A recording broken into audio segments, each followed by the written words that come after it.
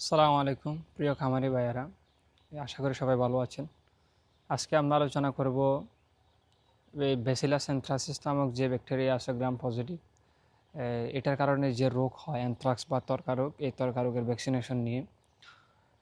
আসলে এটা একটা মরণভেদী রোগ, অর্থাৎ যদি কোনো কারণে 100টা গরুতে এই ত্বকরোগ হয়ে থাকে তাহলে একটা বাঁচারও সম্ভাবনা থাকে না, এরকম এই মারাত্মক একটা রোগ। অনেক সময় দেখা যায় যা অর্থাৎ এই রোগের যে সিনড্রোম রয়েছে, লক্ষণ রয়েছে, লক্ষণ প্রকাশের আগেই এই পেশেন্ট মারা যাওয়ার একটা সম্ভাবনা থাকে অথবা এই গরু মারা যাওয়ার একটা সম্ভাবনা থাকে।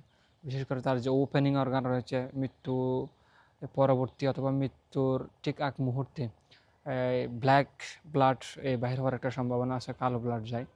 তো এক্ষেত্রে আমাদের সতর্ক থাকতে হবে। আমরাও যদি কোনো কারণে এই সমস্ত গরুর সাথে স্পর্শ করি অথবা আমাদের যদি কোনো ক্ষত থাকে, তাহলে কিন্তু ওই এই গরুর যে ওপেনিং অর্গান থেকে ব্লাড বের হয়েছে, এই ব্লাড লাগলে কিন্তু পরবর্তী আমাদের সমস্যা হতে পারে।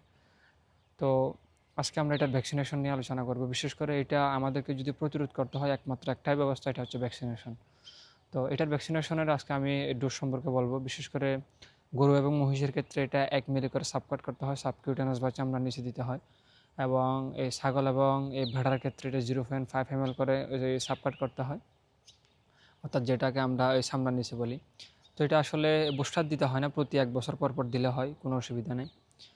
কিন্তু আমাদের একটা বিষয় খেয়াল রাখতে হবে, কোনো অসুস্থ পশুকে আমরা এই ধরনের ভ্যাকসিনেশন পুশ করব না।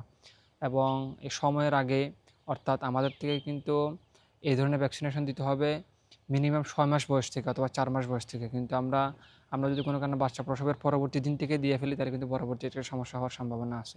তো এক্ষেত্রে আমাদের ভ্যাকসিনেশন দেওয়ার ক্ষেত্রে কোল্ড চেইন মেনটেন করতে হবে, অর্থাৎ কত তাপমাত্রায় রাখা উচিত এবং এটা অসুস্থ এই গরু কিনা অথবা সবল গরু কিনা, সব দিক বিবেচনা করে যদি আমরা একদম প্রপারলি অথবা একজ্যাক্টলি যদি ভ্যাকসিনেশন করতে পারি, তাহলে আলহামদুলিল্লাহ আমরা এই খামারকে অনেক বেশি লাভজনক করতে পারবো। ধন্যবাদ।